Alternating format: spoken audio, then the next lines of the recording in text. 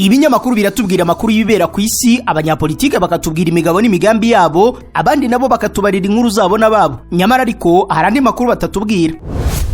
Ayo makuru na ya kampani Rubavu Buy and Sell Limited. Ngiyi kampani yizewe mu kugura no kugurisha ibibanza n'inzu mu buryo bwihuse. Ikorera mu burengerazuba bw'u Rwanda, by'umwihariko mu mujyi wa Rubavu ndetse no mu karere ka Musanze. Uretse kugura no kugurisha inzu, inabafasha kugura ibibanza no kubigurisha, ikanabafasha kubona apartment zo kubamo by'igihe gito cyangwa kirambye, ikanabafasha kuzamamaza. Ku bindi bisobanuro waduhamagara kuri 0782 42 43 82 cyangwa ukatwandikira ku mbuga nkoranyambaga zacu, hose twitwa Rubavu Real Estate. Rubavu Buy and Sell Limited, your trusted real estate partner. Umwaka mushya muhire wa 2026 bakunzi ba Rubavu Buy and Sell Limited, ndibaza nizera ko mumeze neza, abantu muduteze yombi muri gihugu cy'u Rwanda, mutuye twose tugize igihugu cy'u Rwanda, abari hanze y'igihugu cy'u Rwanda, twizere ko muri amahoro.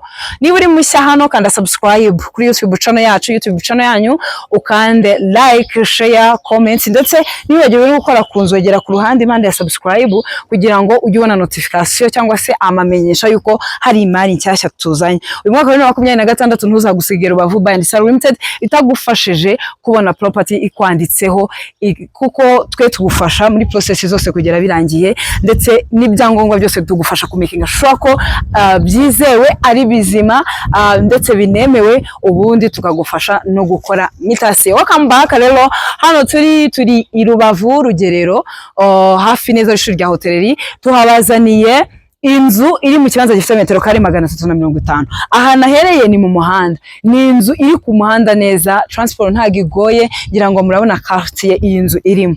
Iri kuzamurwamo amakadastre meza, harimo nandi asanzwemo, ndetse na ma etage ari kuzamurwa nkuko muri kubibona. Tugiye kwinjira mu gipangu mabereke. Iyi nzu ifite ibyumba 4, ikagira douche na toilette mu nzu, ikagira salon, ndetse iri ahantu heza, iri ahantu hanini. Ku ruhande hari andi manexi ataruzura neza, nawo wagurugwe twerera finissage. Rero iyi nzu iri muri icyo kibanza kingana gutyo, kingana na metero kare 350, tukitangira $1,35,000 zifite ibiganiro.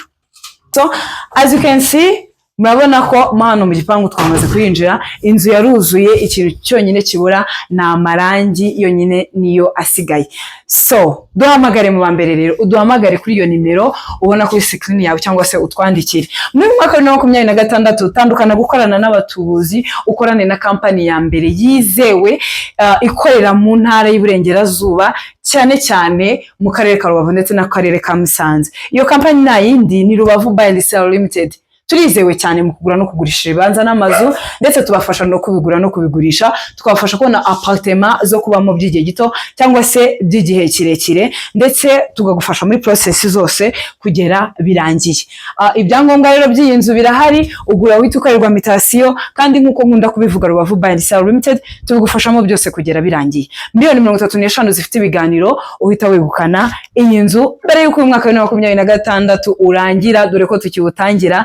Duhamagare mu bambere rero, your trusted real estate partner, we always here for you.